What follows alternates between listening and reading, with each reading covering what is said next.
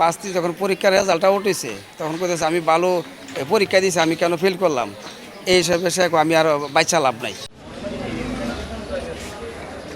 ইংরেজিতে একটি প্রবাদ আছে, failure is the pillar of success. হোঁচট খাওয়া মানেই জীবনের শেষ নয়, সব বাধা আর বিপদ কাটিয়ে যে ঘুরে দাঁড়ায় তার জন্যই অপার সুখ আর সম্ভাবনা।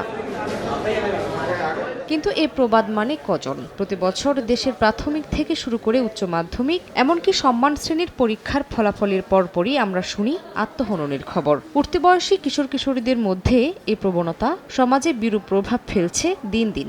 এবছর হবিগঞ্জে এসএসসিতে ফেল করা 2 কিশোর কিশোরী বিষপানে আত্মহত্যা করেছে। এছাড়া জেলায় আরও 2 জন ফল প্রকাশের পর আত্মহননের চেষ্টা করে।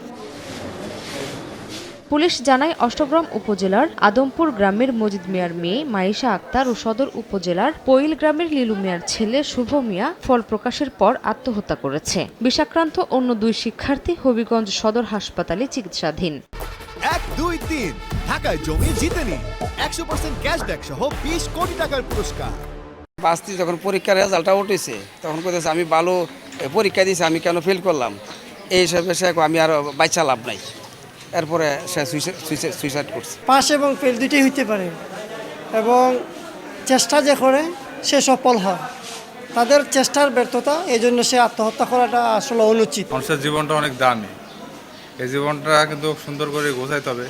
এখন কিন্তু অকৃতকার্য হয়েছে, সামনের বছরে আবার ভালো করে পড়াশোনার প্রস্তুতি নেবে, সে আরও ভালো করবে। সাইকোলজিক্যালি বেশি আপসেট হয়ে যাওয়ার কারণেই একটা পেশেন্ট যে মারা গেল, আর 2 জন এখন বর্তমানে চিকিৎসাধীন আছে। ওদের চিকিৎসা চলতেছে, আমরা যতটুকু পারি চেষ্টা করতেছি। এসএসসি পরীক্ষায় অকৃতকার্য হয়েও পরবর্তী জীবনে বিশেষ ক্যাডার, ইঞ্জিনিয়ার, ডাক্তার কিংবা বিভিন্ন উচ্চপদস্থানে কর্মজীবনে আসীন হওয়ার উদাহরণ ছিল যুগে যুগে। সুতরাং যে কোনো পরীক্ষায় অকৃতকার্য হলে আবারও ঘুরে দাঁড়ানোর প্রেরণা দিচ্ছেন বিশেষজ্ঞরা। সময় সংবাদ, হবিগঞ্জ।